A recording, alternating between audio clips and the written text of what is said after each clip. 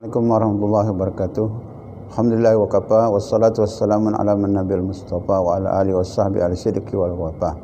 Asyhadu an la ilaha illallah wa asyhadu anna Muhammadan abduhu wa rasuluhu wa la nabiyya ba'da. Ikhwani rahimakumullah, dalam kesempatan ini saya akan membahas tentang judul 3 hari bersama penghuni surga. Dalam hadis Rasulullah SAW menceritakan Rasulullah SAW berkumpul dengan para sahabat. Ketika itu Rasulullah SAW mengatakan kepada sahabat, sebentar lagi akan masuk penghuni surga. Kemudian sahabat memperhatikan orang tersebut, orangnya biasa saja, membawa sendal, dengan di wajahnya bercucuran air wudhu. Kemudian dia masuk ke masjid, sholat tahiyatul masjid, sholat seperti biasa. Kemudian Rasulullah 3 hari berturut-turut mengatakan bahwa orang tersebut adalah penghuni surga. Maka sahabat yang bernama Abdullah bin Amr penasaran, mengapa orang tersebut dikatakan oleh Rasulullah SAW sebagai calon penghuni surga. Ini menunjukkan bahwa Rasulullah SAW itu menjamin seseorang masuk surga. Jadi adalah salah ada yang mengatakan bahwa Nabi tidak dijamin masuk surga. Ini adalah pendapat yang sesat. Rasulullah SAW menjamin orang masuk surga. Bahkan 70.000 umat yang dijamin oleh Rasulullah SAW masuk surga tanpa hisab. Jadi Rasulullah SAW ada juga 10 sahabat yang dijamin oleh Rasulullah SAW masuk surga tanpa hisab.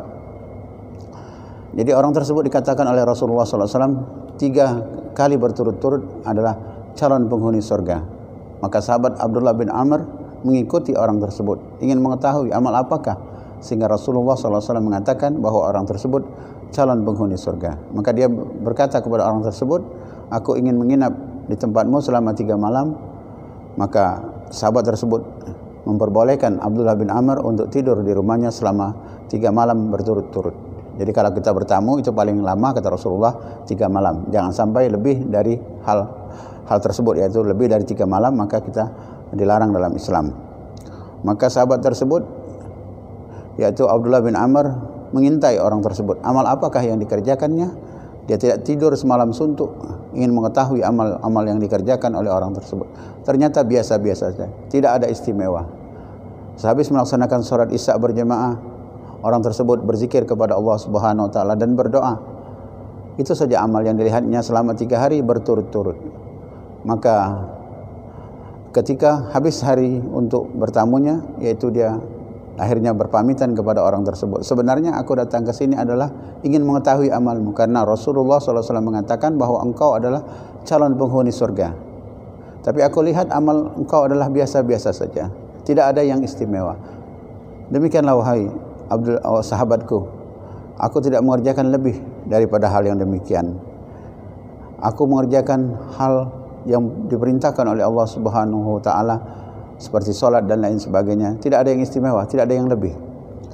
Ceritakanlah kepadaku amal apa saja yang menyebabkan engkau dikatakan Rasulullah SAW sebagai penghuni surga. Ketika ingin pulang, sahabat itu mengatakan, sebenarnya aku ada suatu amalan yang mana aku tidak mempunyai sifat dendam kepada sesama manusia, tidak ada sifat hasad. Inilah yang menyebabkan orang tersebut diangkat oleh Allah Subhanahu wa taala ke derajat yang tinggi. Kata Abdullah bin Amr, inilah yang menyebabkan engkau menjadikan derajatmu diangkat Allah Subhanahu wa taala. Aku tidak mempunyai dendam dan aku selalu memaafkan kesalahan orang-orang apabila menzalimku. Setiap habis salat aku berdoa kepada Allah, ya Allah, ampunilah dosa orang-orang yang pernah menzalimku, dan aku selalu memaafkan semua kesalahan saudaraku yang pernah menzalimku, menghibah aku dan lain sebagainya. Jadi menunjukkan kebersihan hati daripada sahabat tersebut. 2 sifat yang dimiliki, tidak ada iri dan tidak ada dendam. Jadi Rasulullah SAW mengatakan, iyakum wal hasad, fa innal hasada ya'kulul hasana kama ta'kulun narul khatab. Jauhkanlah sifat iri, karena iri itu akan memakan kebaikan sebagaimana api memakan kayu bakar. Jadi sahabat Rasulullah SAW ini yang amalnya biasa-biasa saja, tapi dia mempunyai 2 sifat, yaitu tidak pendam dan tidak mempunyai sifat iri. Maka Abdullah bin Amr mengatakan, inilah yang menjadikan engkau diangkat oleh Allah Subhanahu wa taala ke derajat yang tinggi, yang dikatakan oleh Rasulullah sebagai calon penghuni surga. Mari kita bersihkan hati kita ketika kita menghadap Allah Subhanahu wa taala, karena hati inilah yang dipandang oleh Allah Subhanahu wa taala. Allah Subhanahu wa taala tidak memandang daripada harta kita, rupa kita, tapi yang dipandang Allah Subhanahu wa taala adalah hati kita.